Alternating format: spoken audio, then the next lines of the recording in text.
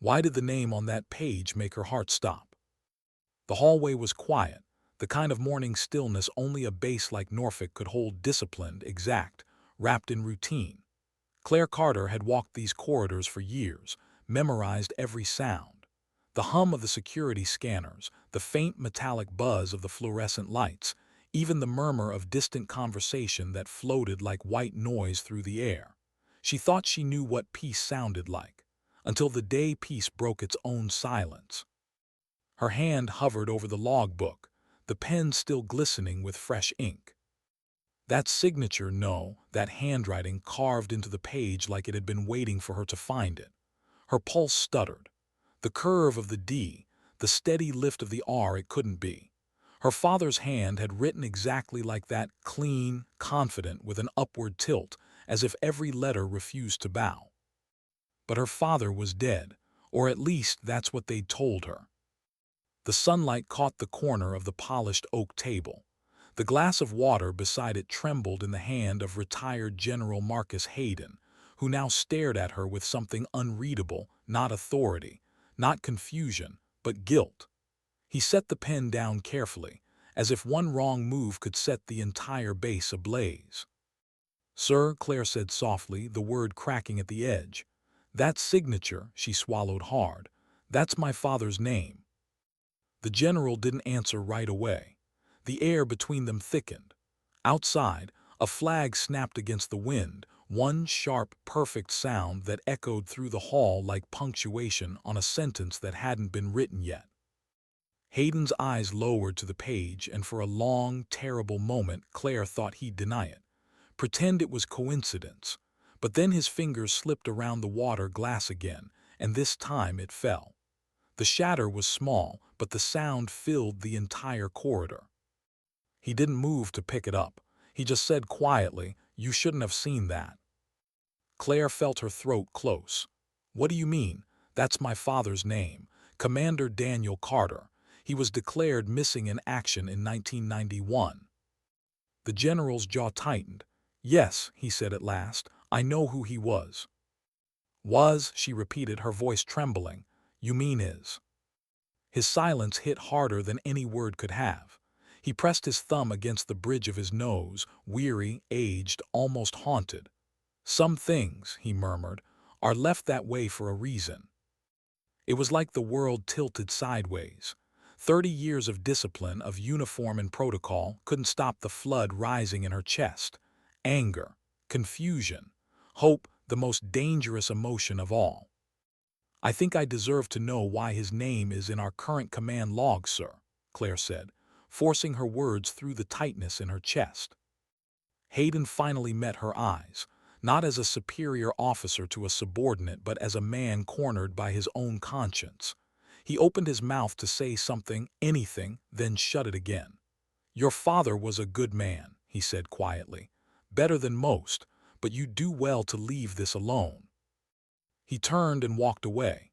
Each step echoed down the corridor, heavy and final.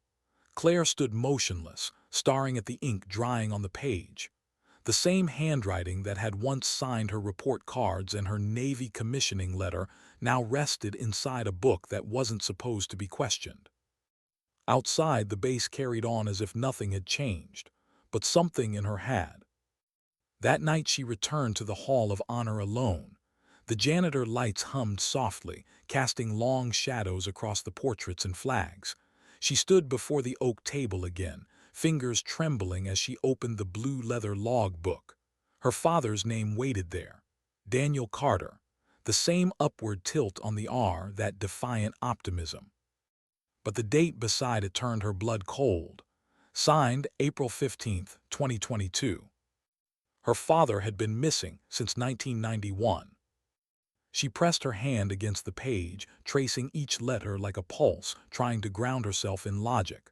Was it a forgery, a prank, or something much darker, something alive beneath decades of silence? The thought of him still out there, still breathing, was too much to process. But there was only one thing Claire was certain of. Someone had written that name for a reason, and she would find out who and why. She closed the book, the soft thud echoing in the empty hall. Her reflection flickered in the polished glass of a nearby frame, the same face her father had kissed goodbye the day he left for his final mission. A memory whispered through her mind. Never confuse silence with peace, Claire Bear. Sometimes silence hides the fight worth finishing. That night she didn't sleep. The next morning the base felt different. The air seemed heavier, the greetings quieter. Even the coffee and the mess tasted off. Routine was an illusion, and once you noticed the crack in it, you couldn't unsee it. Claire spent the morning pretending to work. Security briefings, personnel rotations, protocol audits, all of it blurred. Her thoughts kept circling back to the logbook sitting 2 floors below her, a page that shouldn't exist, a signature that refused to fade. At 1100 hours, she opened the visitor clearance file. General Hayden's appointment had been entered manually, no digital trace, no timestamp, no ID verification. That alone was suspicious. Retired officers didn't just walk in through side channels. Someone wanted this visit to look routine. She typed his name into the personnel archive. Marcus J. Hayden, retired 2002, Commander, Naval Intelligence Division, North Atlantic Command. Her pulse tightened. Naval Intelligence, that was her father's branch. She printed the record, slid it into a file, and left her office under the pretense of an external security meeting. Instead, she made her way to the old records room, a cold, windowless bunker beneath the West Wing, where forgotten documents went to die. The clerk on duty looked up from a crossword puzzle, startled. "Colonel Carter, don't see you down here often." "I'm following up on an entry in the command log," Claire said evenly. "Need everything we've got on retired General Hayden's previous assignments." The man hesitated, then opened a steel cabinet with a creak. "Most of this is half redacted. You sure you want to dig through this swamp?" Claire gave a small, humorless smile. "Already knee-deep." He handed her a cardboard box stamped classified, declass pending 2041. Inside were yellowed folders, faded memos, and one thin file marked Carter, D. Her breath caught. She opened it carefully.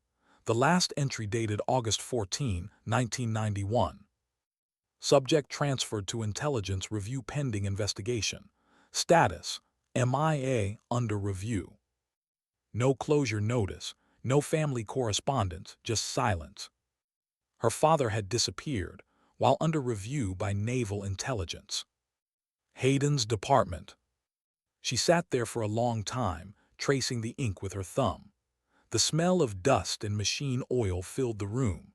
She tried to picture her father, not the officer, not the ghost, but the man who had knelt beside her on the porch swing when she was 9, adjusting her small navy blue jacket. "Always stand tall, Claire Bear," he'd said, brushing her hair from her eyes, "even when the world bends." And then he'd walked away and never come home. By late afternoon, she knew what she had to do. If answers existed, they wouldn't be found in paper, they'd be pulled from the man who was still breathing. She found Hayden's number through the retired officer's directory. His assistant answered. "General Hayden's office. This is Lieutenant Colonel Carter, Headquarters Command. I'd like to request a private meeting." A pause. "Is this about yesterday?" "Yes." Another pause, longer this time. "The general's not well, ma'am, but if you insist, he'll see you at his residence. 1900 hours. Bring no one else." The line went dead. That evening, she drove south toward Chesapeake. The sun was bleeding gold into the horizon. The highway stretched empty for miles, lined with pine that whispered in the wind. She didn't know if she was chasing the truth or running from it. His house sat on a quiet bluff overlooking the bay, a modest colonial, neat but lonely.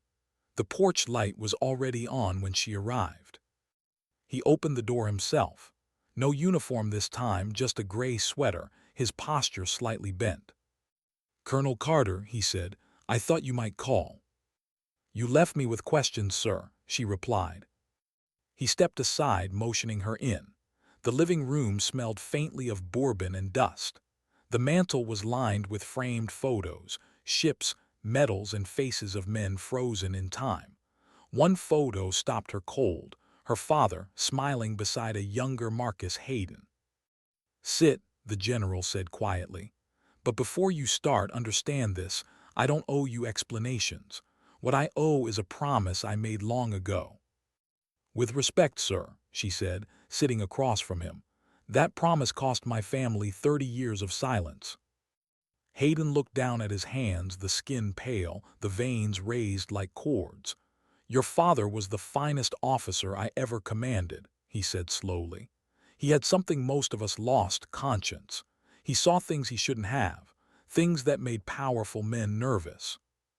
"What things?" she asked, leaning forward. "Procurement contracts. A private supplier routing faulty equipment overseas. Men died because of it. He tried to expose it, but there were names above him that wanted it buried. I was ordered to contain him. Instead, I gave him time to disappear." Claire felt her throat tighten. Disappear. "He didn't die, Claire. He left.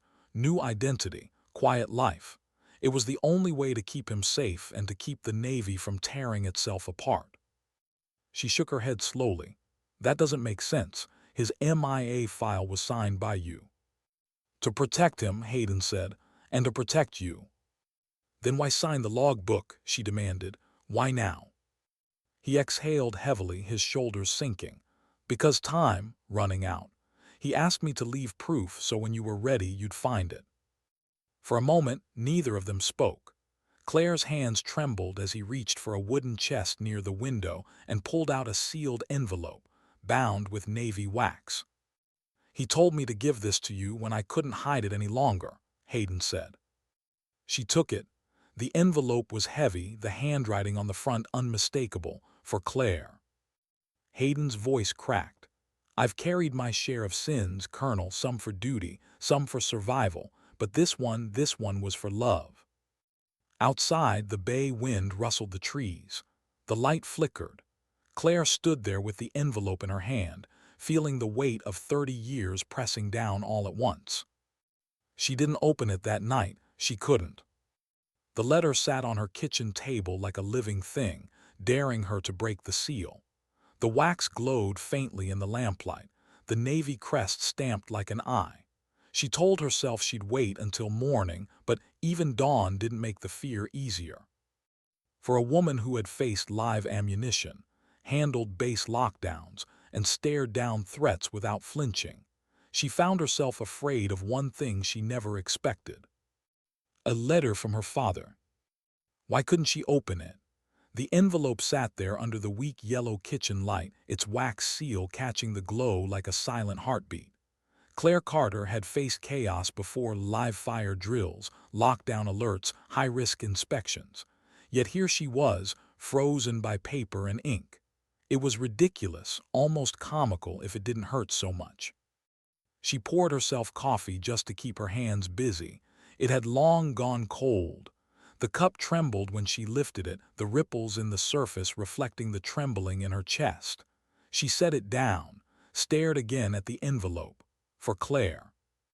His handwriting, unmistakable, bold yet careful, the same kind that once signed her school permission slips with a little smile at the end of his name, like a wink written in ink.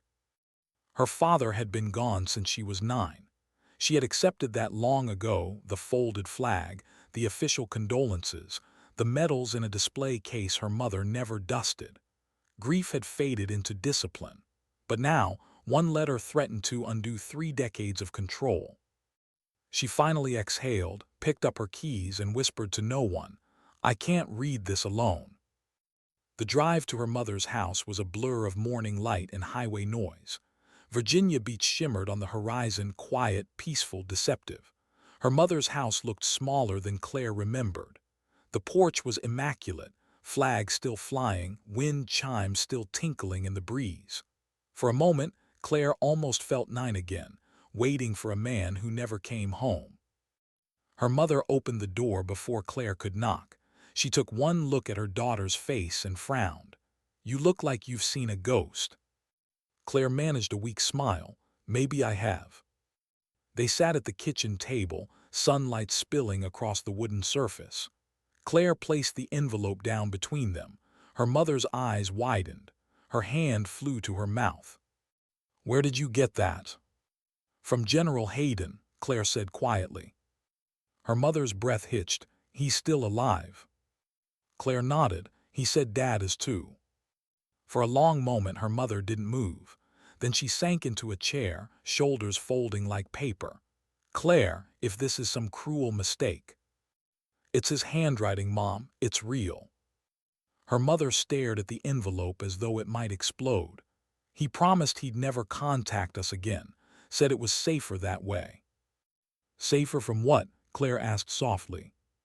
Her mother hesitated, her voice barely a whisper. "From people who called themselves patriots but sold their souls for contracts and favors. From men who'd rather destroy a good officer than admit they were wrong." Claire felt her throat tighten. "You knew." "I knew parts," her mother said, eyes glistening. "Your father told me enough to understand he'd made enemies in high places. When he disappeared, a man in uniform came here, not Hayden, someone else. He said if I wanted you safe, I should never ask questions, so I didn't." "Why didn't you tell me?" Claire asked, her voice trembling between anger and heartbreak. "Because you were 9, her mother said. You already looked like him, stubborn, fearless. I thought the Navy would give you purpose, not reopen his wound." Claire stared at the woman who had carried their silence for 30 years. She wanted to be angry, but all she felt was the weight of 2 lives lived under the same shadow. Finally her mother whispered, "Open it." Claire's hands shook as she broke the wax seal. The sound was small, fragile. Inside were 3 handwritten pages, the ink slightly smudged. She unfolded them, her heart pounding as her father's voice, the one she hadn't heard since childhood, seemed to echo from the paper. "Claire, if you're reading this, it means I couldn't stay hidden forever. I didn't leave because I stopped loving you. I left because love was the only way to protect you from what was coming." Her mother's breath caught. Claire continued reading aloud, her voice breaking every few sentences. "I refuse to approve a shipment of weapons meant for allies, but rigged with faulty guidance. Hayden helped me fake my death before the men behind it could silence me. He took the disgrace so I could disappear. He's carried that burden for 30 years. Don't hate him, Claire. He saved my life and yours." The words blurred. Claire blinked through tears. "If you want to find me, look not in Washington, but in Wilmington. There's a boat named Honor Tide. I'll be waiting until the sea takes me." When she finished, the silence in the room was unbearable. Her mother's tears fell quietly onto the table. "Wilmington," she whispered. "That's where we honeymooned." Claire folded the letter gently. "Then that's where I'm going." "Claire, wait," her mother said, grabbing her hand. "After all these years, what if he's gone?" "Then I'll stand where he last stood," Claire said softly. "I've waited long enough for ghosts." The drive south was long and heavy. The highway stretched endlessly, the radio flickering between old country songs her father used to hum. Each mile felt like a layer of armor peeling away. By the time she reached Wilmington, the sun was dipping low, painting the marina in gold and crimson. The air smelled of salt and diesel. Wooden docks creaked under her boots as she scanned the names of the boats moored along the pier. And then she saw it, Honor Tide. Her breath hitched. The boat was small, modest, but spotless. Someone had been caring for it. She climbed aboard slowly, the planks groaning under her weight. "Hello," she called out. A man's voice answered from the cabin, rough, older, but steady. "Can I help you?" The door opened. He stepped into the light. His skin was sunburned, his beard gray, his posture slightly bent but still commanding. And those eyes, sharp, clear, impossibly familiar. For a moment she couldn't breathe. "Dad." He froze, neither of them spoke. The only sound was the water lapping gently against the hull. Then he said her name, voice trembling. "Claire." It was like 30 years of air, rushed back into his lungs and hers. She didn't run to him, she couldn't. She just stared, trying to merge memory with reality. Finally, she stepped closer, tears already burning her eyes. "You're alive." He nodded, eyes wet, not proud of how, but yes. "I read your letter," she said. "Then you know everything." "Enough," she whispered. "Enough to hate what they did, but I still don't understand why you let us believe you were dead." He sighed, rubbing a weathered hand over his face. "Because the Navy wasn't the same Navy anymore. I had evidence, things that would have burned good men along with the guilty. I thought disappearing would stop the cycle." He looked at her then, eyes tired but unflinching. "I was wrong." Claire's anger softened into something heavier. "You could have trusted me." "I did," he said quietly. "That's why I left. I knew you'd carry the name Carter with honor even when they tried to stain it." The wind moved between them, salty and cold. He looked smaller than she remembered, but his eyes, those same calm, steady eyes, hadn't changed. They had weathered everything and still held light. "I wanted to come home so many times," he said. "Hayden begged me not to. He said you had a life, a career, that digging up the past would only hurt you." "He was wrong," she said softly. "The silence hurt more." He nodded slowly, reached into the cabin and pulled out a small wooden box. Inside was his old Navy insignia, worn, polished by time. "This belonged to my father," he said, voice trembling.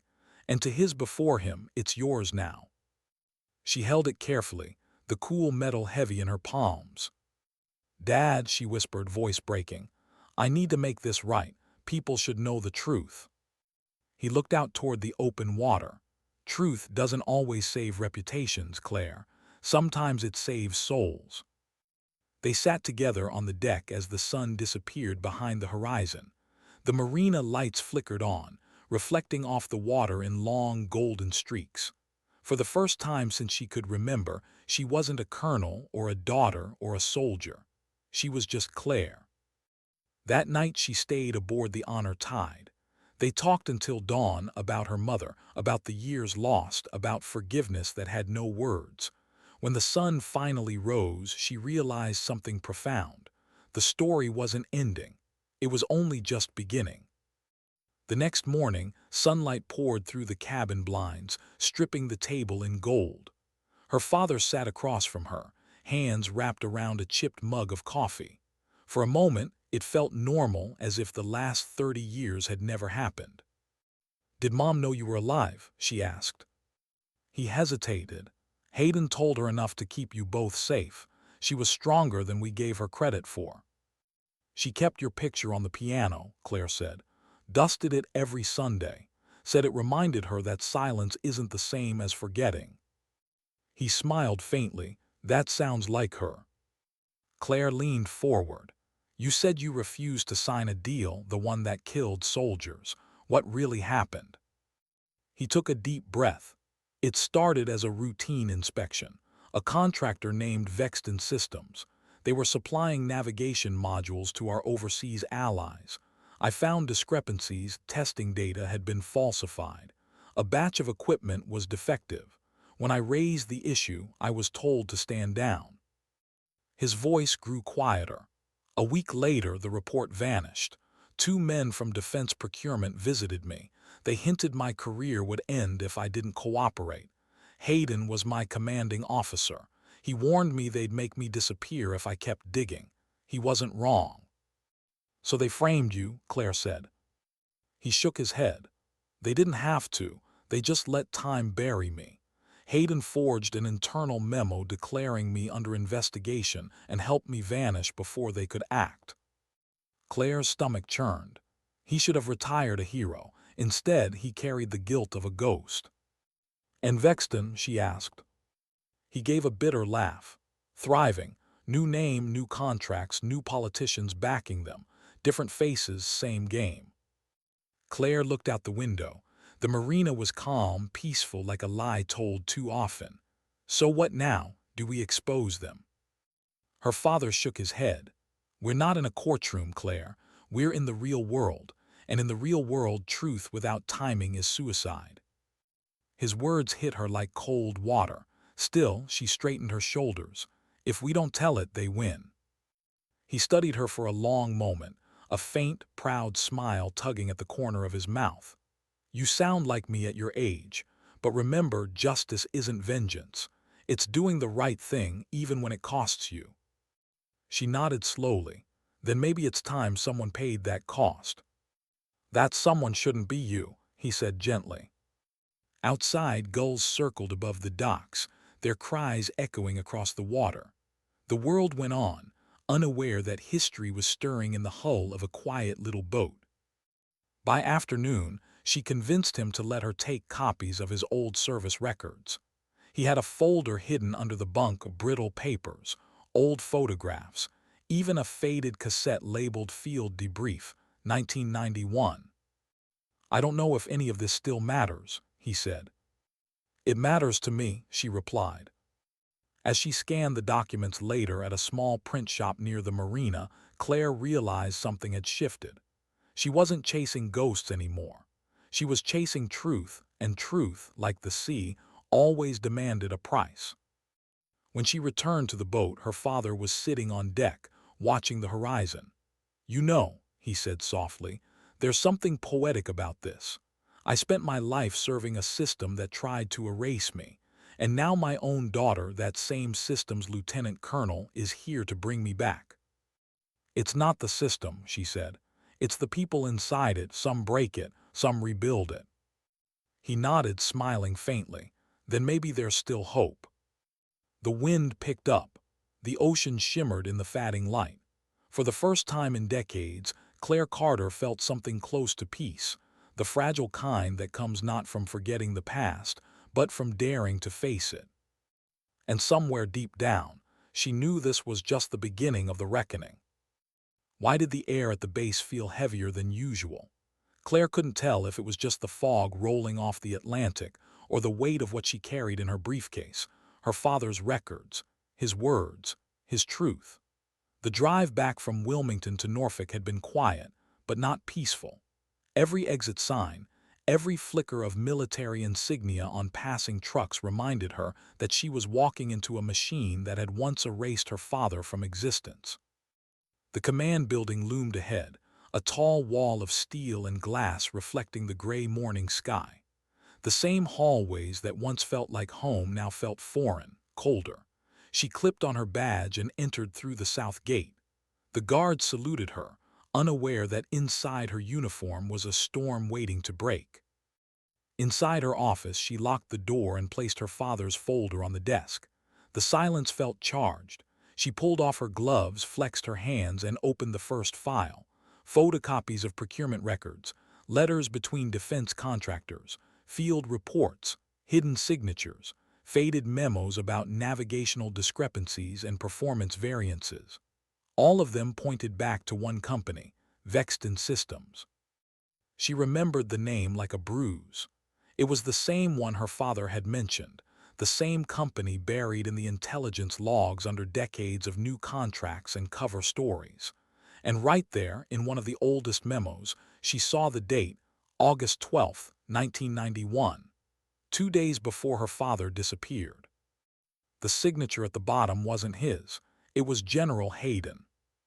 Claire sat back, stunned. Her pulse quickened, her mind spinning with possibilities. Was it a forgery? Had Hayden signed under orders?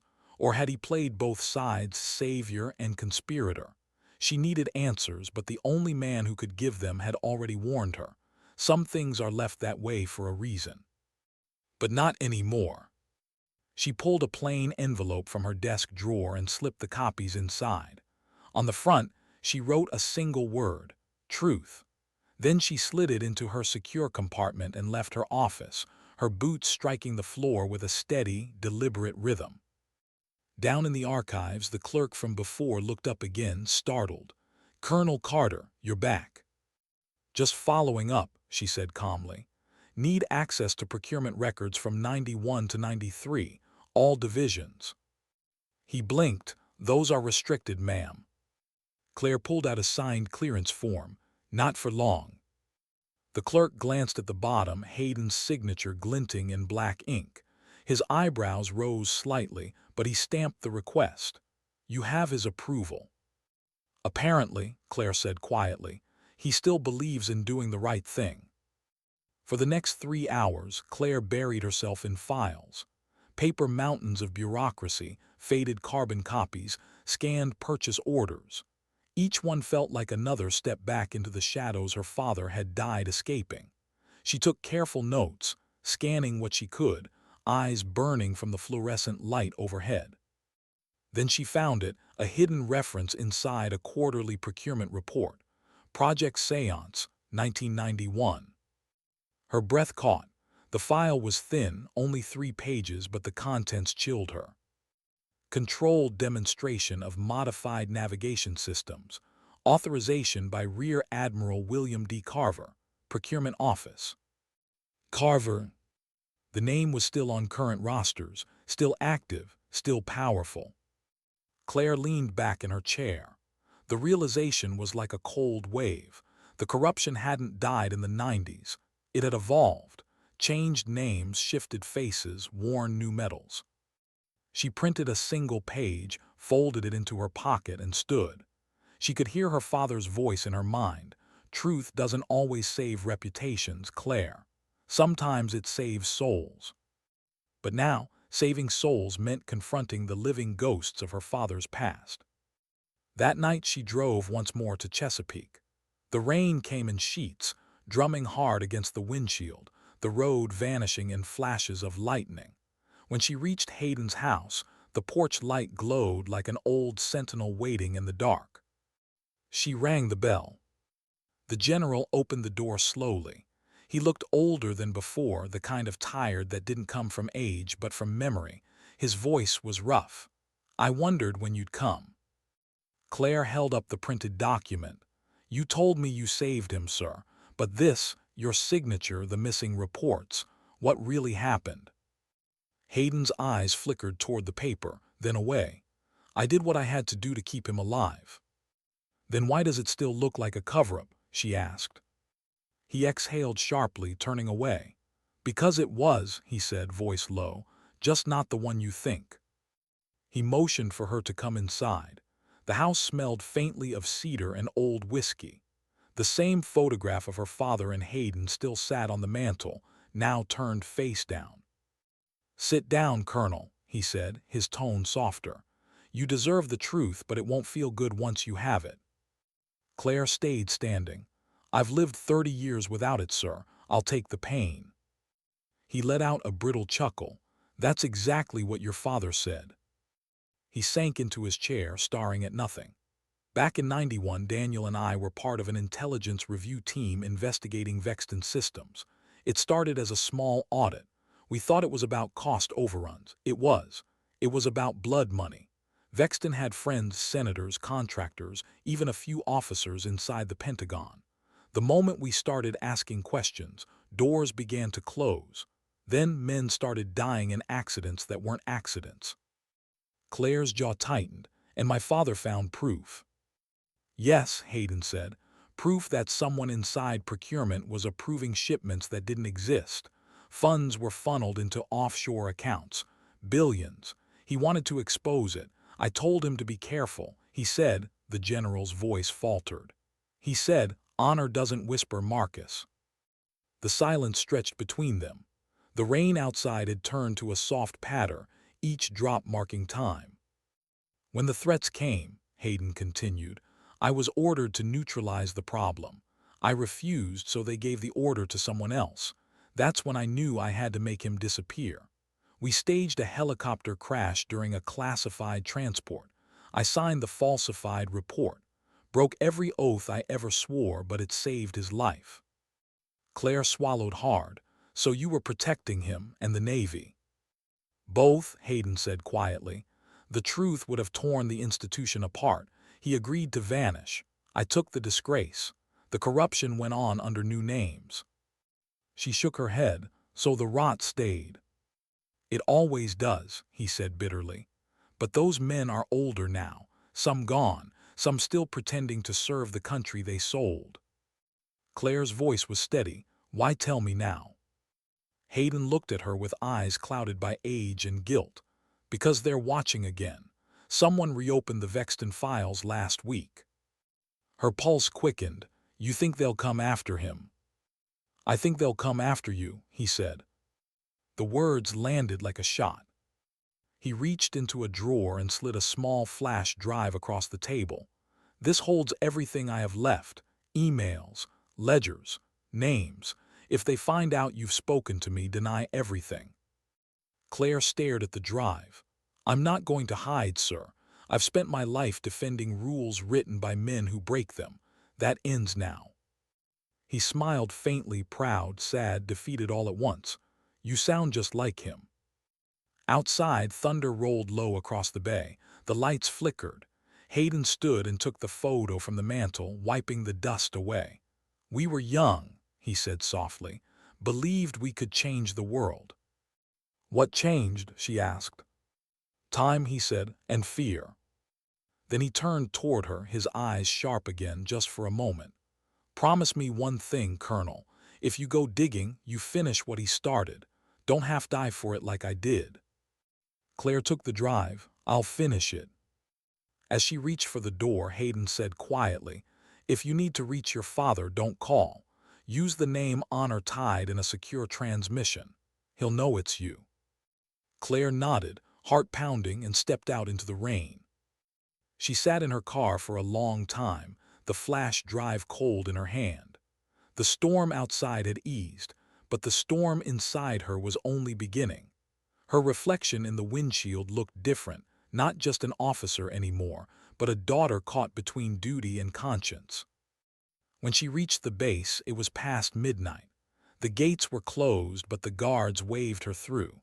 She parked behind the command building, slipped into her office, and locked the door.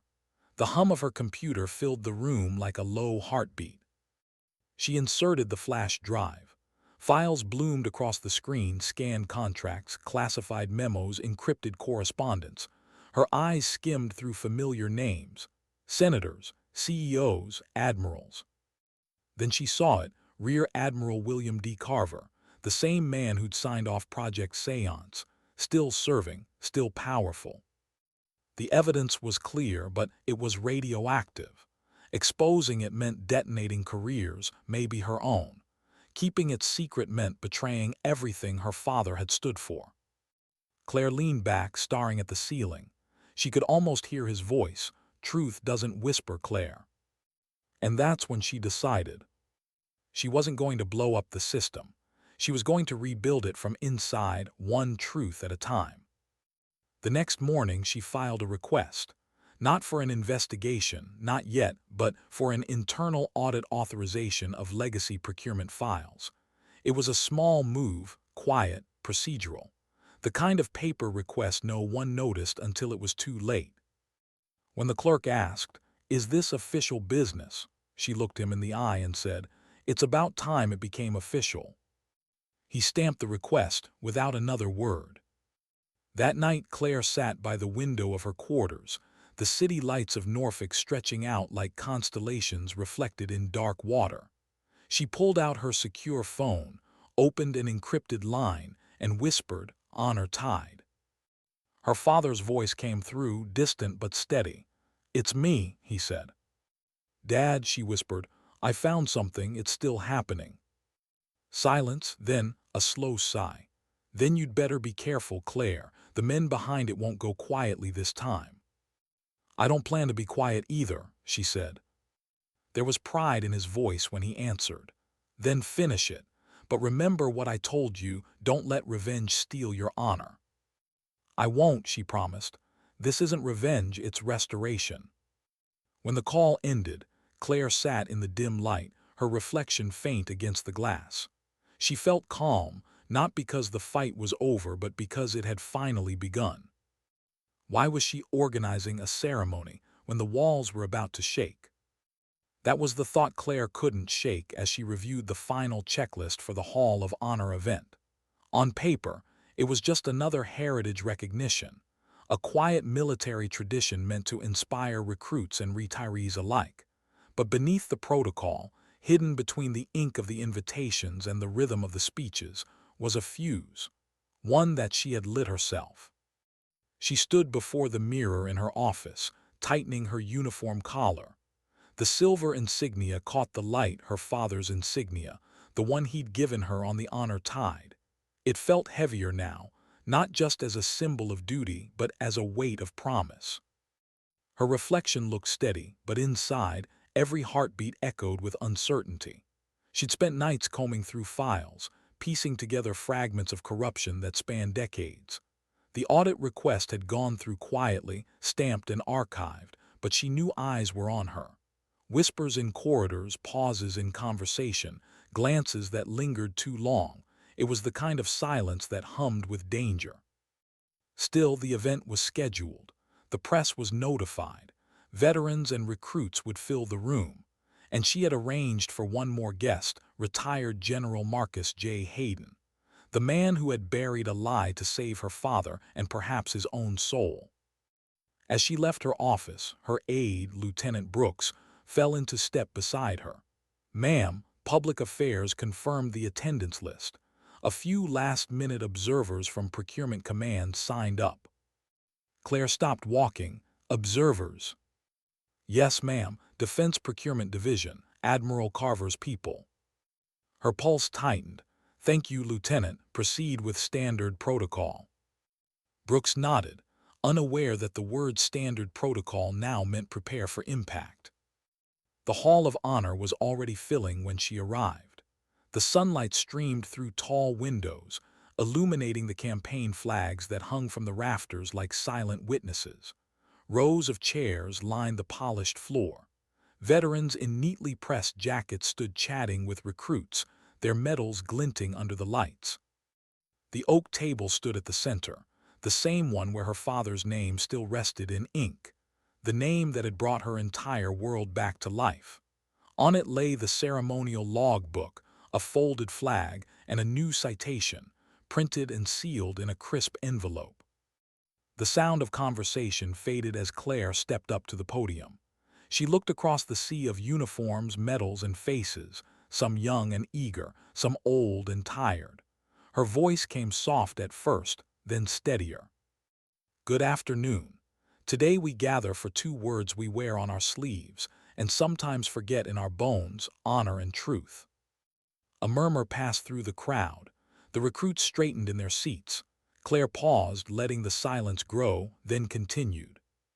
"We're here not to relive history, but to restore it, to remember what these words mean when they stand together."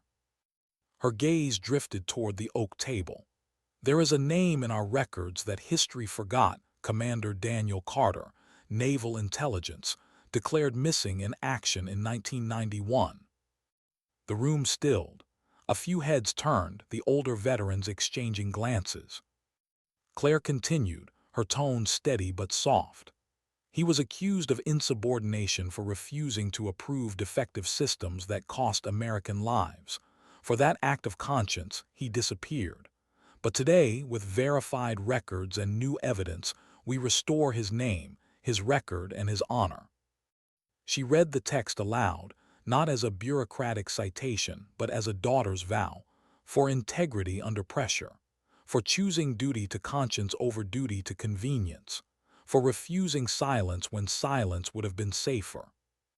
The words hung in the air. Then quietly she added, "We affirm and restore the honor of Commander Daniel Carter."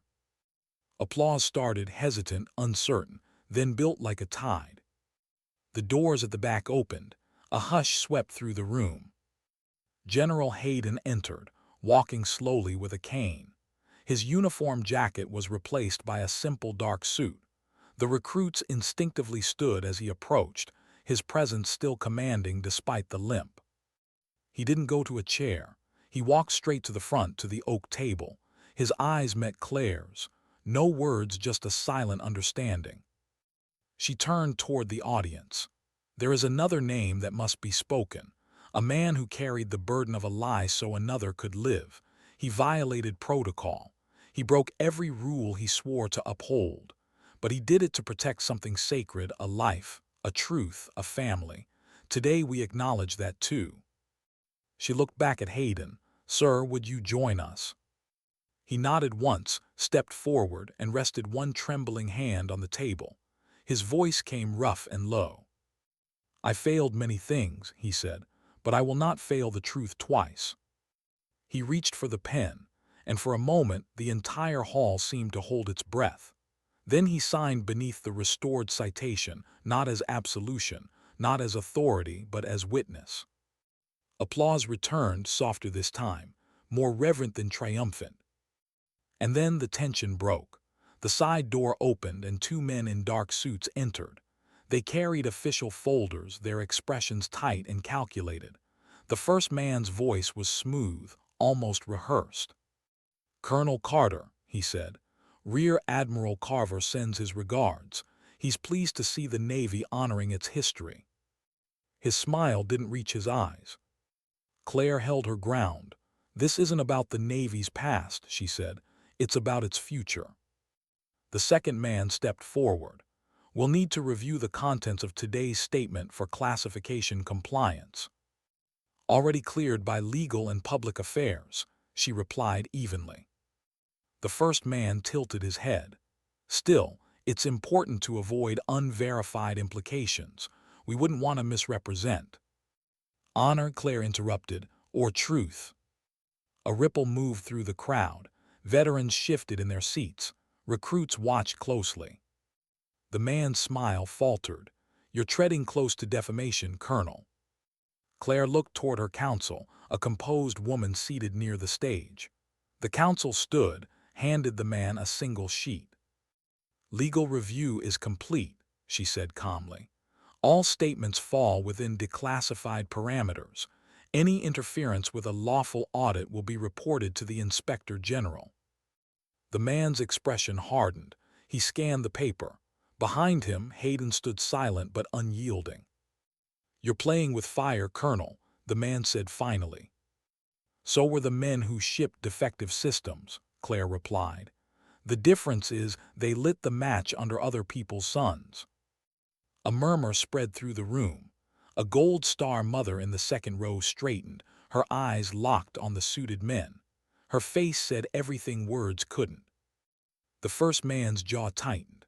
Without another word, he turned and walked out, his shadow long across the polished floor.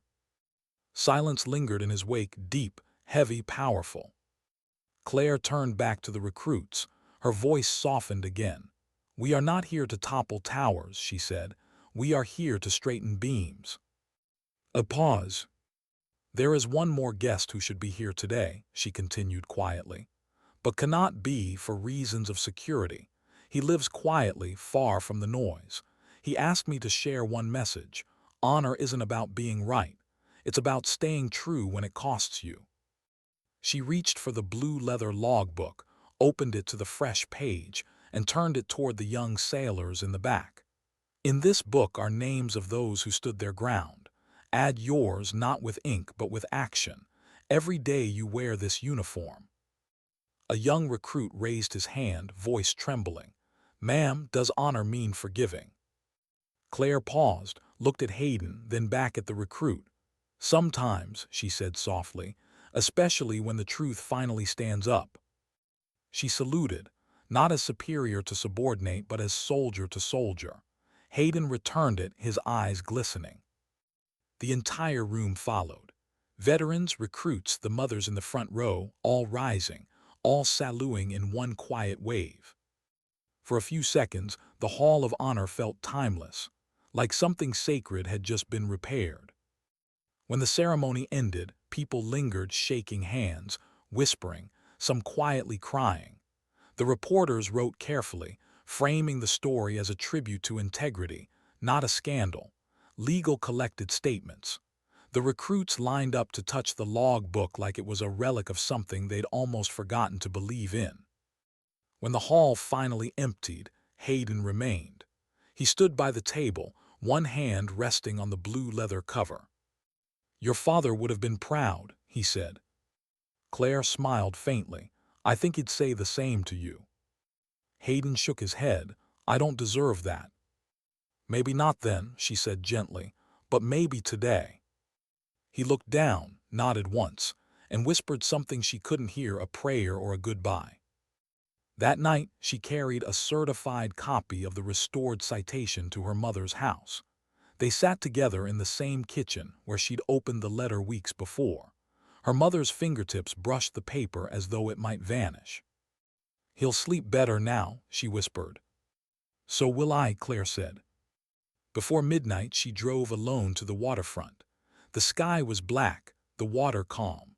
She opened a secure line on her phone, her breath fogging in the cool air. "Honor tide," she said. Her father's voice came through, soft and steady. "I heard." "They stood for you today," Claire said, "and for what you stood for."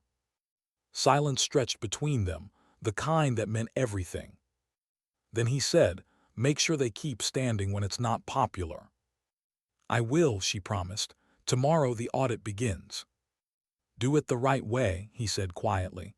"No shortcuts, no trophies, just truth." When the call ended, she stood by the pier for a long time, staring at the horizon. Somewhere out there, the honor tide rocked gently against its moorings, steady, patient, free. For the first time in 30 years, Claire Carter felt something rare and sacred settle in her chest. Not victory, not relief, something quieter. Peace. And peace, she realized, wasn't the end of the fight. It was the beginning of healing. Why did the base suddenly feel calm after the storm? Claire Carter had expected noise, confrontation, denials, calls from Washington demanding explanations. Instead, what came was silence. A strange, careful silence that stretched across the command like fog after a thunderclap. 2 days had passed since the ceremony.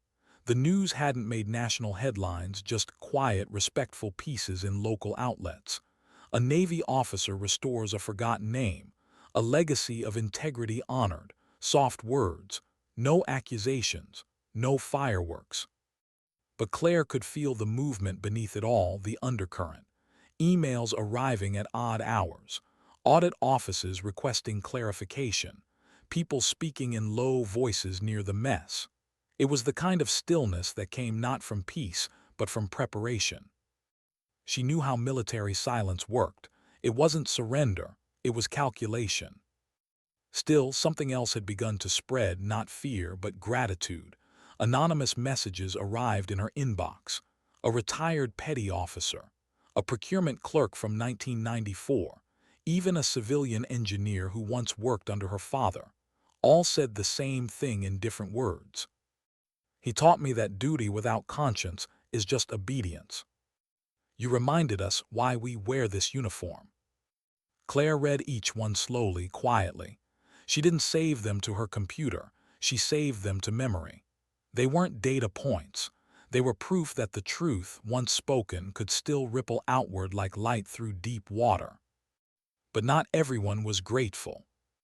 On Thursday morning, when she stepped into her office, she found an envelope on her desk. No return address, just her name, written in block letters. She opened it carefully. Inside was a single line typed on plain white paper.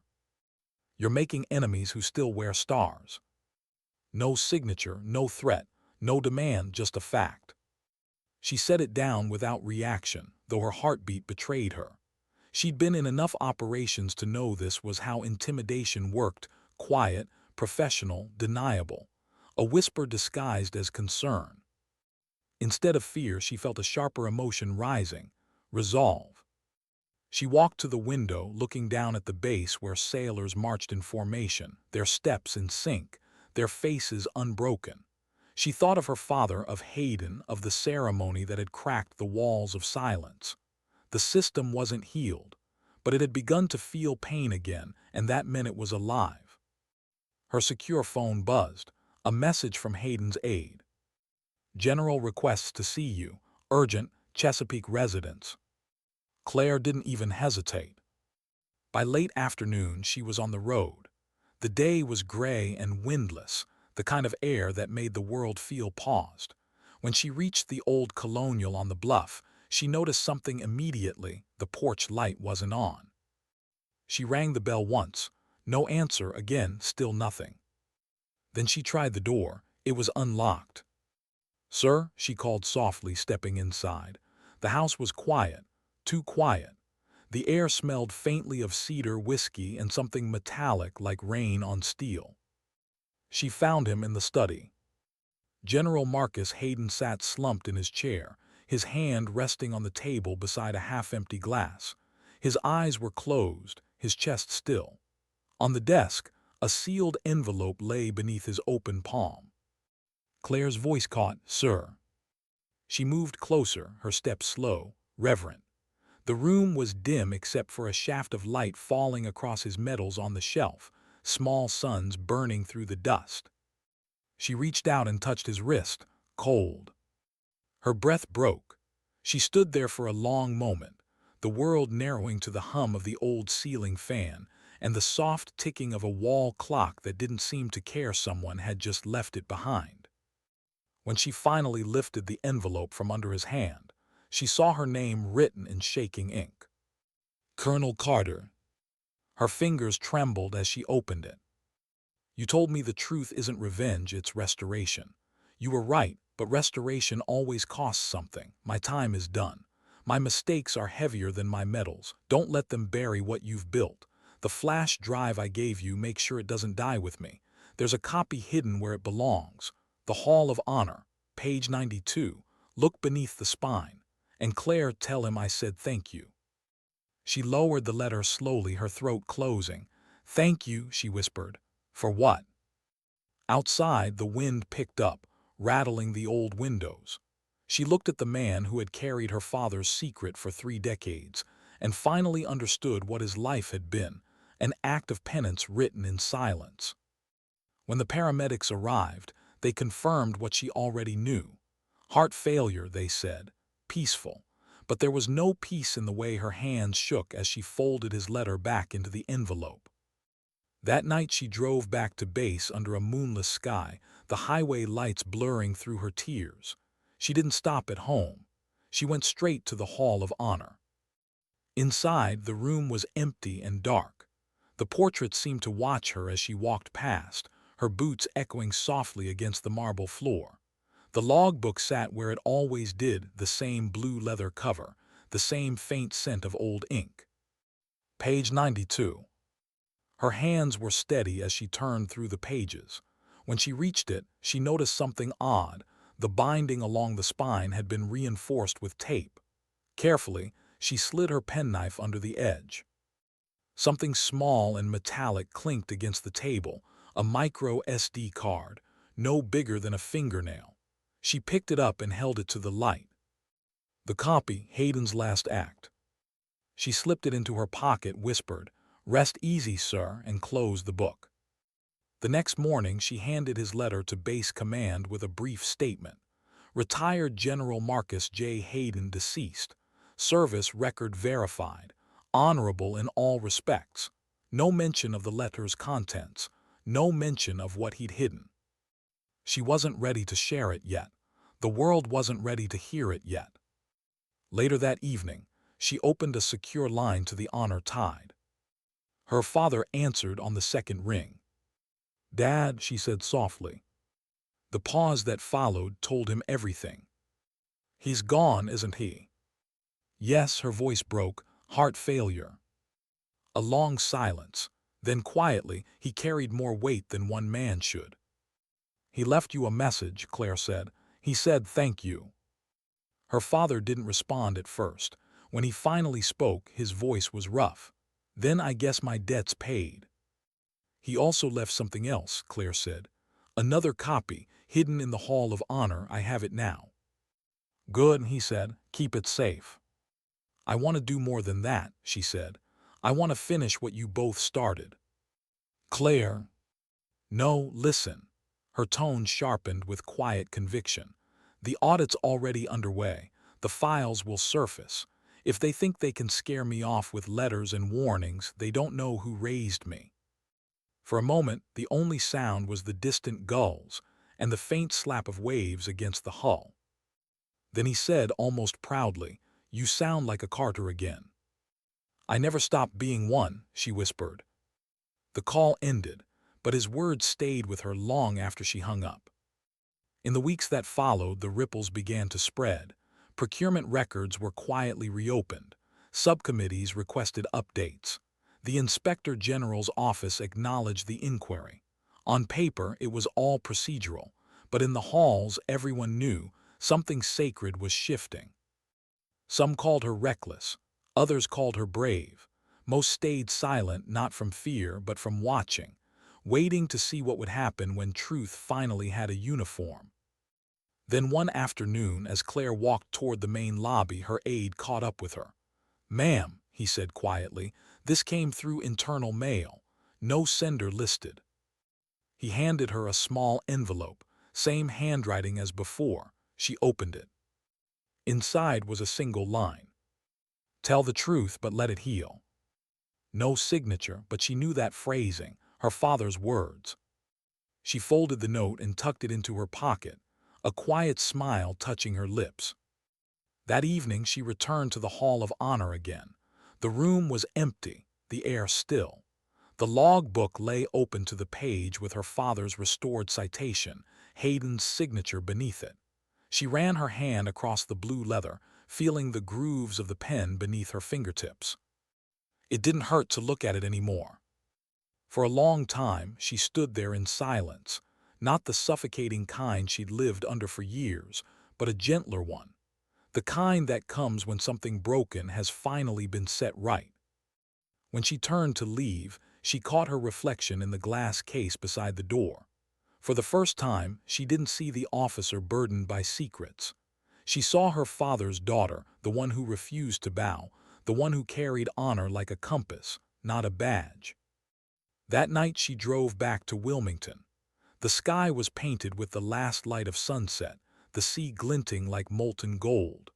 When she reached the marina, she saw him, sitting on the bow of the Honor Tide, newspaper folded in his hands, coffee beside him, calm as the water. "Didn't think you'd come back so soon," he said with a small smile. "I had to," she replied. "The investigation's official now." He nodded slowly. "Then I guess the truth has its orders." "They won't name you publicly," she said. "You'll stay protected." "Good," he said quietly. "That's enough." They sat together watching the horizon. A pair of dolphins surfaced in the distance, breaking the water's skin before vanishing again. "Dad," Claire said softly, "Hayden didn't make it." He didn't ask how, he just nodded. "He did what he was meant to do. We all did in the end. I told them everything, about the audits, about the contracts, about you." He looked out at the water. "Then maybe now they'll remember what the word honor means." The wind tugged gently at his gray hair. The light caught his face, and for a second she saw not the ghost who'd vanished 30 years ago, but the man who had once knelt by the porch swing and told her to stand tall, even when the world bent. She reached out and took his hand. He squeezed back, firm and warm.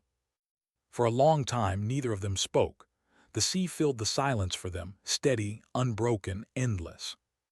When the tide shifted, he said quietly, "I've been thinking of selling the boat." Claire turned. "Why?"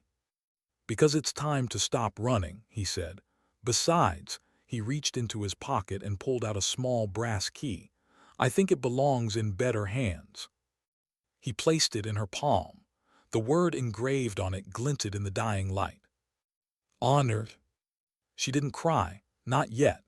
She just nodded, understanding the weight of what he was giving her, not a boat, but a legacy. On the drive home, the radio played an old Sinatra song her mother used to hum while cooking. "I did it my way." Claire laughed softly, wiping at the corner of her eye. "Yeah," she whispered, "we sure did." Why did truth always come wrapped in silence? That question echoed through Claire's mind as she stepped into the conference room, the air thick with formality. The flag hung motionless behind her, a silent witness to what was about to unfold. Across the long mahogany table sat 4 men and 2 women, senior officials from defense procurement, legal affairs, and intelligence oversight. They weren't here to honor her work. They were here to test it. "Colonel Carter," the chairman began, his tone clipped but polite, "we've reviewed your audit authorization and associated findings, Before we proceed to summary, would you like to make an opening statement? Claire stood straight. No statement, sir, just facts. The man nodded, clearly preferring it that way. Very well, let's begin. He tapped the file in front of him.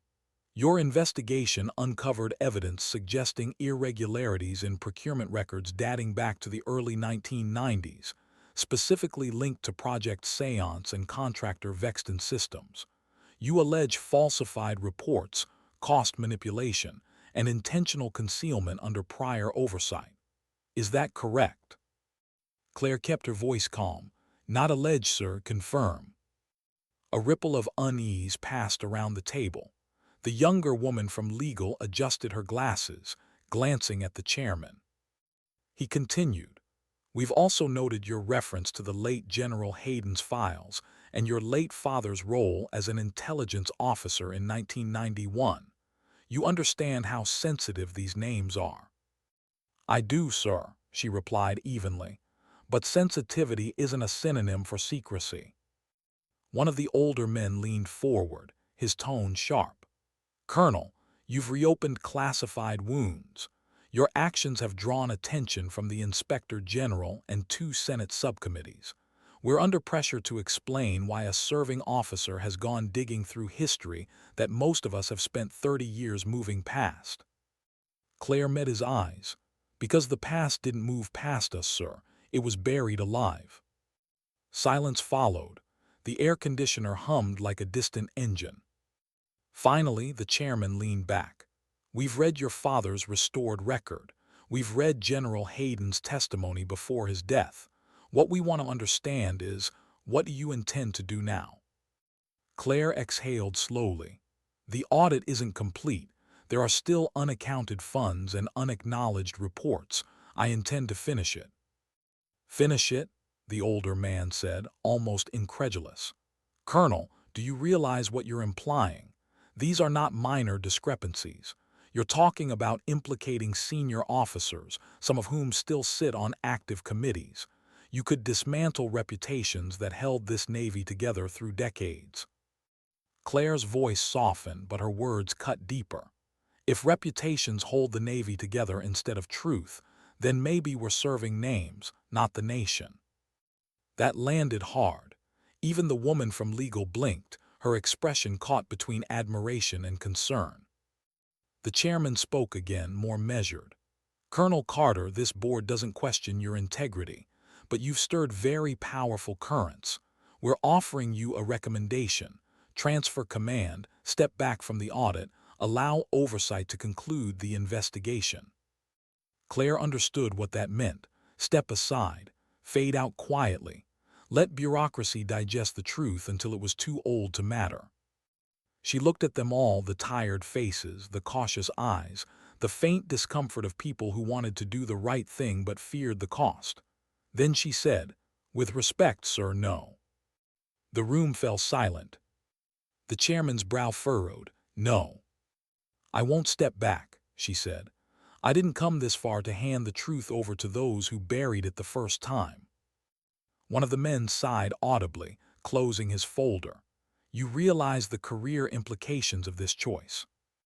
I do, she said simply, but I also realize the moral implications of doing nothing. The chairman exhaled. Then, Colonel Carter, this hearing is adjourned. Pending further instruction, your audit authority will remain under review. Understood, she said, saluting. As she left the room, she could feel their eyes on her back, a mix of frustration, fear, and reluctant respect. Outside, the corridor stretched long and empty. She walked through it with her head high, boots echoing in the sterile silence. The weight in her chest wasn't defeat, it was clarity. Back in her office, she sat at her desk, staring at the micro SD card Hayden had hidden in the Hall of Honor. She hadn't turned it over to anyone yet, not even the oversight board. Some truths, she thought, needed to be seen by human eyes before they were fed into a machine. When she finally inserted it into the reader, the screen filled with old documents, scanned ledgers, and fragments of correspondence. Most of it she had already seen, but buried deep in a folder labeled Echo Final, There was a recording. She hesitated, then clicked play. The grainy image of her father appeared on screen, younger, harder, his eyes the same deep steel blue she saw in the mirror every morning. He was in uniform, seated at a metal desk, a map behind him. "If this is found," he said quietly, "it means they finally lost control of the narrative. Whoever you are, and I hope it's you, Claire, remember this. Honor isn't about exposure. It's about endurance. You can't change what they did to me, but you can make sure it never happens again." He leaned closer to the camera, voice barely above a whisper. "When you face them, don't try to destroy them. Make them accountable. That's harder. That's real justice." The screen froze on his face, eyes steady, as if still waiting for her answer. Claire sat in silence for a long time, her vision blurring. She hadn't cried in years, not since his disappearance, not even at Hayden's funeral. But now the tears came quietly, without resistance. When she wiped them away, she felt lighter, not weaker, just more human. She spent the next several days preparing her next step. Not a press release, not a rebellion, just truth threaded into process. She began forwarding portions of the audit data to trusted officers, ones she knew from years of service, the ones who'd never chased medals, just meaning. Each message she sent contained only one line at the end: "For integrity, always." Word spread quietly. The audit wasn't a one-woman crusade anymore. It had become something else, a pulse. But with it came pushback. Internal affairs requested her reassignment. Anonymous calls came at night, the line cutting off after a single ring. Once her car alarm went off without cause, the hood slightly open when she reached it. She didn't flinch. She lived with fear long enough to recognize it when it tried to disguise itself as coincidence. Then one evening she received a private message on her encrypted line. No name, just a set of coordinates and a time: midnight, Norfolk Pier. It was reckless, dangerous, but something in her gut said go. The pier was quiet when she arrived, the sea whispering against the wood. A figure waited at the edge, a man in civilian clothes, shoulders squared like someone who'd spent his life in uniform. "Colonel Carter," he said softly, "you don't know me. My name's Rourke. I served under Admiral Carver during Project Seance." Claire's hand rested near her jacket pocket. "Then you know what it was." He nodded. "I know enough. I was young. Didn't understand what I was part of, but I do now.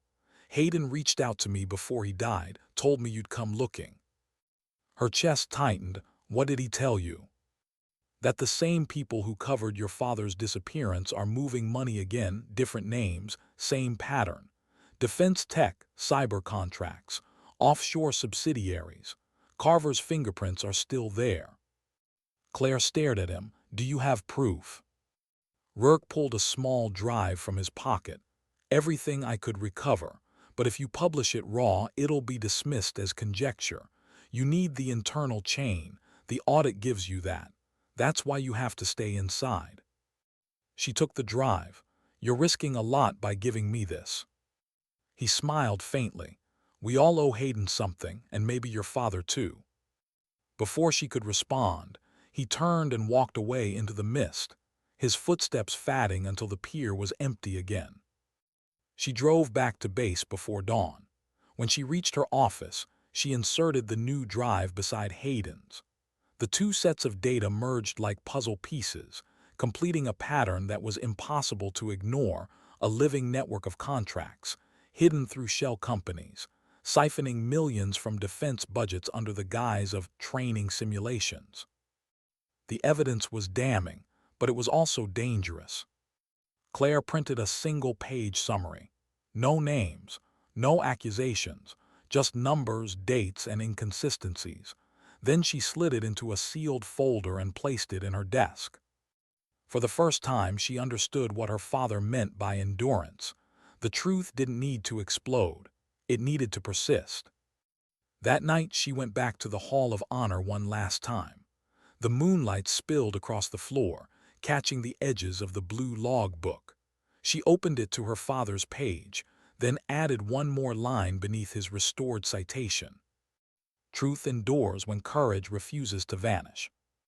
Her handwriting shook slightly as she closed the book. She stood there for a while, her shadow long across the marble, the faint hum of distant ships whispering through the glass. Outside, the Navy base was quiet, too quiet, but this time the silence didn't feel heavy. It felt watchful, alive. She looked up at the night sky, the same one her father must have stared at all those years ago, somewhere in exile. For the first time in decades, she didn't feel like the daughter of a ghost. She felt like the keeper of a torch. And maybe she thought that was enough. Sometimes truth doesn't roar. It waits. It outlasts the ones who try to bury it. As she walked away from the hall, her footsteps echoed steady, sure, and final. Why did the lights in the hearing room feel brighter than the sun? Claire had faced combat, investigations, and loss, but nothing felt as heavy as the quiet judgment of men in suits behind a long table. This wasn't a briefing room anymore. It was a stage, and every breath she took felt amplified in the still air. The chamber was full. Cameras lined the back wall. Reporters whispered. Veterans and civilians watched from the gallery. The insignia of the Senate Oversight Committee gleamed on the wood-paneled wall, flanked by flags that made even truth seem ceremonial. She stood behind a microphone, her uniform crisp, medals understated, posture unshakable. But inside, her heart carried the weight of two worlds: the soldier she was sworn to be and the daughter who had uncovered what no one wanted seen. The chairman adjusted his glasses, leaning forward. "Colonel Carter, thank you for appearing before this committee. Your audit findings have raised questions that go beyond individual misconduct. We intend to understand the scope of this historical oversight." "Thank you, Mr. Chairman," she said evenly. "Let's begin simply," he continued. "Can you confirm that your father, Commander Daniel Carter, was declared missing in 1991 under circumstances later revealed to be falsified by the late General Marcus Hayden?" Claire's throat tightened. "Yes, sir. He was declared missing following a staged crash designed to protect him from internal retaliation. General Hayden admitted this shortly before his passing." A low murmur rippled through the gallery. The chairman let it pass before continuing. "And you have reason to believe Admiral William Carver, now retired, authorized and benefited from the cover-up of illicit defense contracting during that same period?" "Yes, sir," Claire said. "The documents, recordings, and audit data all point to his involvement, both past and present. The same corporate entities from Project Seance are still active under new names, still channeling funds into unauthorized accounts." The chairman's expression hardened. "Do you possess direct evidence linking Admiral Carver to current operations?" "I do," she said quietly, placing a folder on the table. "Verified transaction logs from 2023 and 2024. Same routing numbers, same shell companies, slightly different hands." An aide stepped forward to collect the folder. The cameras clicked softly, like mechanical heartbeats. The chairman opened the folder, scanning the first few lines. His face changed, not with surprise but with recognition. "These are sitting contracts," he murmured. "Yes, sir," Claire said. "Ongoing, funded under the pretense of training simulations." The room's temperature seemed to drop. One senator exchanged a glance with another. The committee's counsel whispered something to the chairman. He cleared his throat. "Colonel Carter, this hearing is on the record. Before we proceed, do you understand that implicating sitting defense officials carries consequences for your service status?" Claire nodded. "I understand, sir, but silence has consequences too." That line hit the gallery like thunder. Even the cameras paused for a beat, as if the moment needed air to settle. "Proceed," the chairman said, his voice lower now. Claire leaned slightly toward the microphone. Her voice softened, the kind of tone people listen to even when they don't want to. "My father didn't die for medals or promotions. He died for conscience. He was erased because truth became inconvenient. If we keep choosing convenience, sir, then we aren't protecting the Navy, we're protecting ghosts in uniform. A senator frowned. Colonel, are you suggesting systemic corruption? Claire met his gaze. No, sir, I'm suggesting systemic amnesia. Someone in the gallery whispered, she's right. The chairman silenced the room with a look. Colonel, he said finally, what is your recommendation to this committee? She took a breath. That we restore the same honor to the system that we restored to its people, not through punishment, through accountability. Name the contracts, audit the suppliers, demand transparency from those who once hid behind clearance. Her words weren't loud, but they carried like wind through a canyon. The chairman nodded slowly. We'll deliberate. In the meantime, you'll be required to submit your audit archives for secure review. Claire hesitated. Yes, sir. But inside she knew what that meant. Once those drives entered government custody, the evidence could vanish. Sanitized, redacted, forgotten, just like her father's record once had been. When the hearing adjourned, the press swarmed. Questions blurred together. How deep does it go? Is your father alive? Did General Hayden act alone? She pushed past them silently, out through a side exit into the cold afternoon. Her driver waited at the curb, but she didn't get in. Instead, she walked down the quiet street behind the Capitol, hands in her pockets, the wind tugging at her uniform. She pulled out her phone, opened a secure message, and typed. Honor tide status active. The tide is shifting. The message auto-encrypted and vanished. She exhaled, staring at the skyline. Somewhere in that maze of offices and gray corridors, people were already deciding what parts of the truth would survive daylight.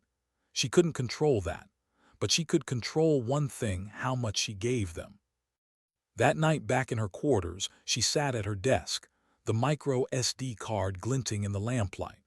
She opened her laptop and began copying fragments, not the full archive, but pieces, enough to make patterns visible but not complete.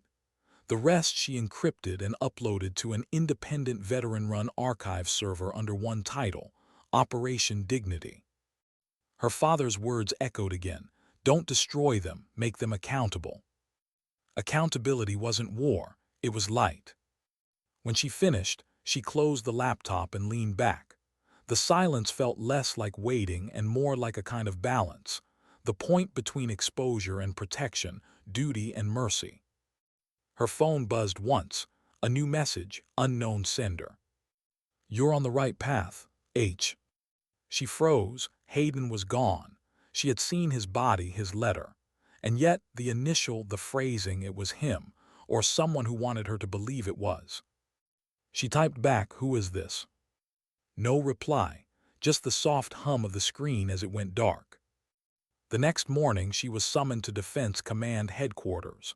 The tone of the message was formal, but she could read between the lines.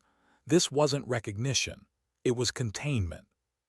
The meeting room was stark. No flags, no cameras. Just Admiral Carver. Older, colder, but still with that air of command that filled the space before words did. Colonel Carter, he said smoothly, you've made quite the impression. She said nothing. He smiled faintly. I've read your findings. You've been thorough. I respect that. But do you really believe the Navy can afford to bleed itself over the ghosts of the past? Maybe the Navy wouldn't bleed so much if we stopped covering old wounds, she replied. He studied her. You're your father's daughter, idealistic, dangerous. Truth isn't dangerous, Admiral, she said quietly. It's disinfectant.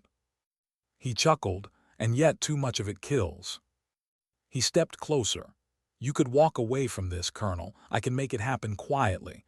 A reassignment, early promotion, commendation for ethical leadership. You'd keep your career. Your father would stay safe. Her pulse spiked, but her face didn't move. Is that a threat or a confession? Neither, Carver said. It's a reality check. You want to save the Navy, not destroy it. Sometimes you have to protect the structure even if the foundation's cracked. She met his gaze, unflinching. Then maybe it's time we rebuild.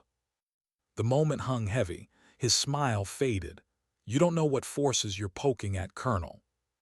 I don't need to, she said softly. I just need to remember who I am. He exhaled slowly.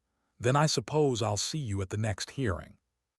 You won't, she said, because by then the hearings will see you.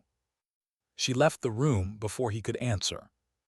That night, as the city lights flickered across the harbor, Claire stood on the balcony of her quarters, watching the faint glimmer of ships in the bay. Her father's voice came through her mind again, not as memory, but as echo. Sometimes dignity doesn't speak, it simply acts. She smiled faintly, whispered into the wind, then let this be my act. The following morning, she submitted a sealed summary to the committee, incomplete, intentionally. The real files remained hidden in Operation Dignity, set to release automatically if her access was revoked. That was her insurance, not revenge, continuity.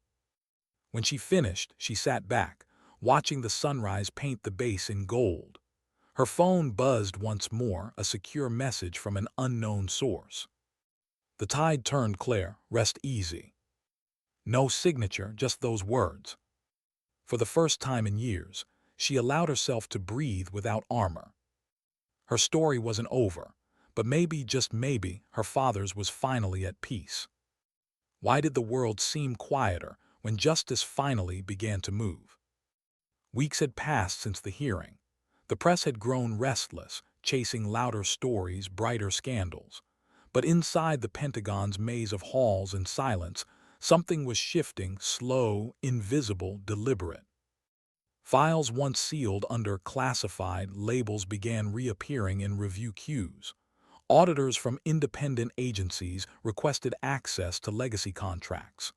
The Inspector General's office, for the first time in decades, acknowledged historical procurement discrepancies.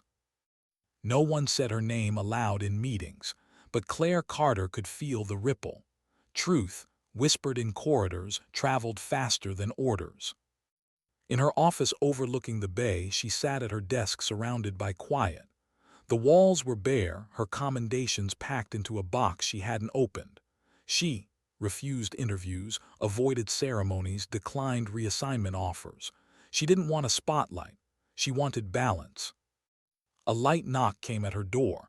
Lieutenant Brooks stepped in, hesitant. "Ma'am, they're ready for you."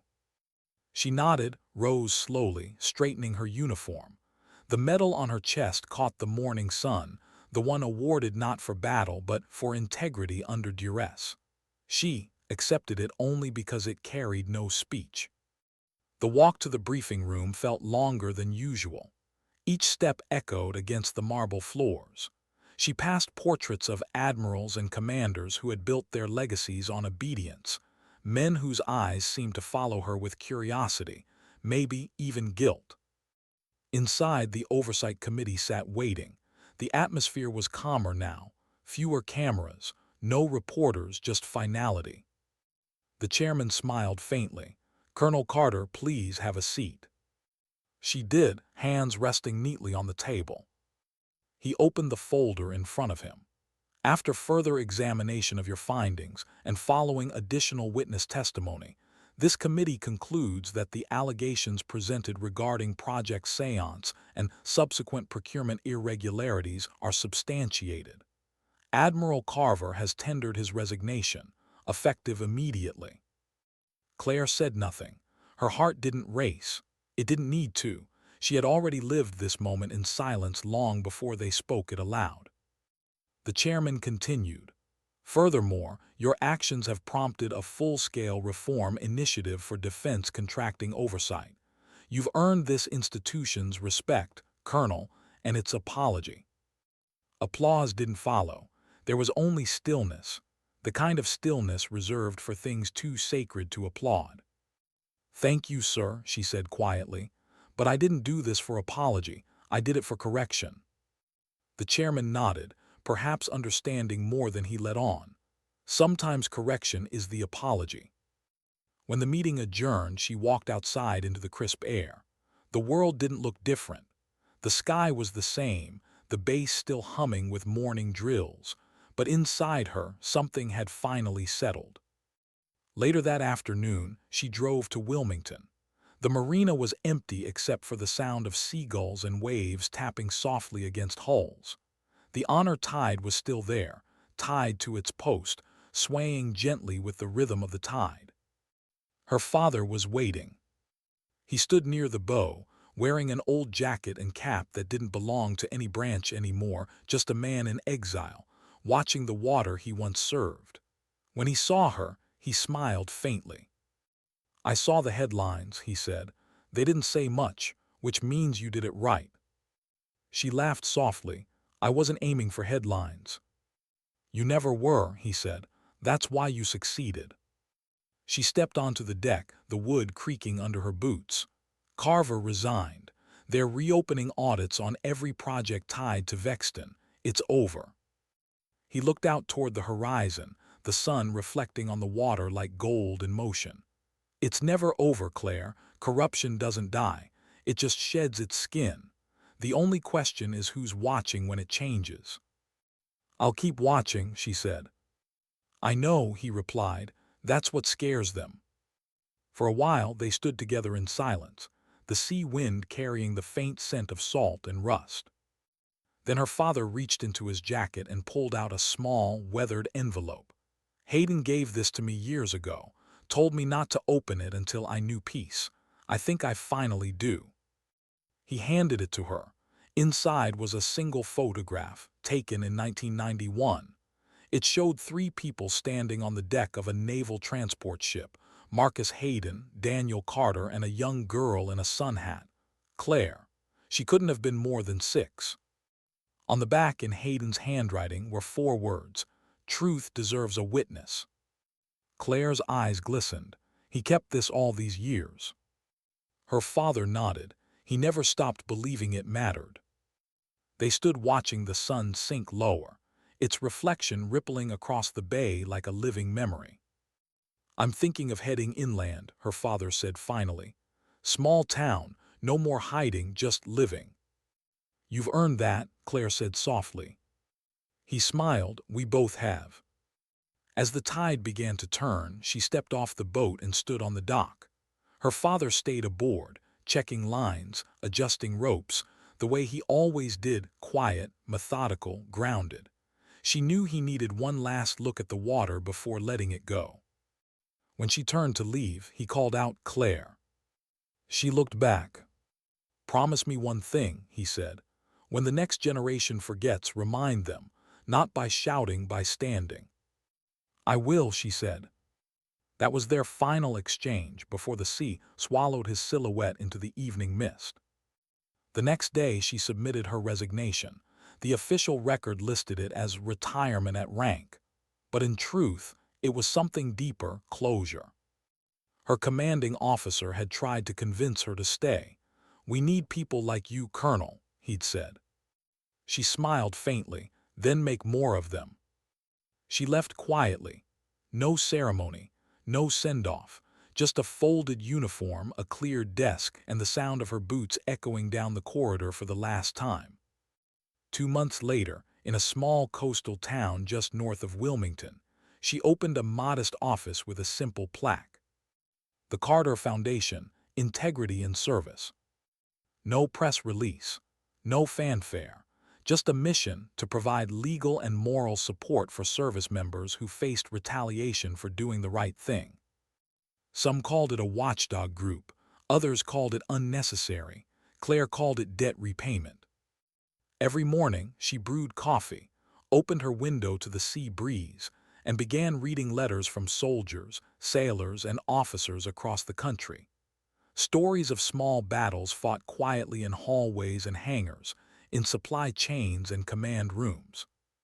Each one began the same way: "I don't know who else to tell." And every time she answered. Because that's what her father had done. That's what Hayden had died believing in. And that's what truth demanded: not applause, not revenge, just presence. One morning, she received a small package with no return address. Inside was a single brass coin engraved with 2 words: "Honor Tide." She turned it over. On the back was a date, the same day she'd testified before Congress. Her father hadn't written. He didn't need to. The message was clear, he was still watching. That evening she walked along the pier, the sky burning with sunset. She took the coin from her pocket and held it over the water.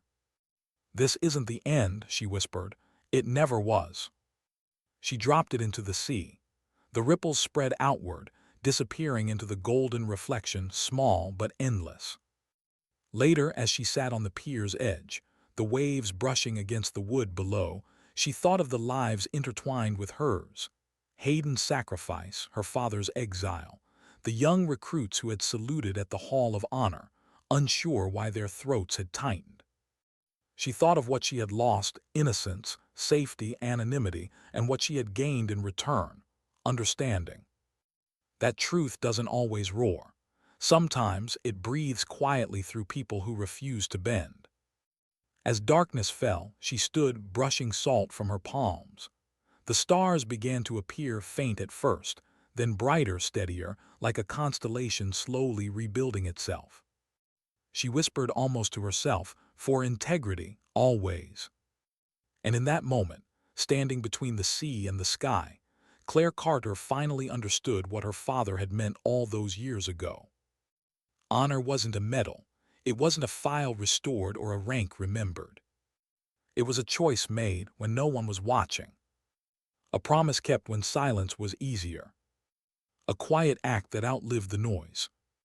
Because sometimes dignity doesn't speak. It simply acts.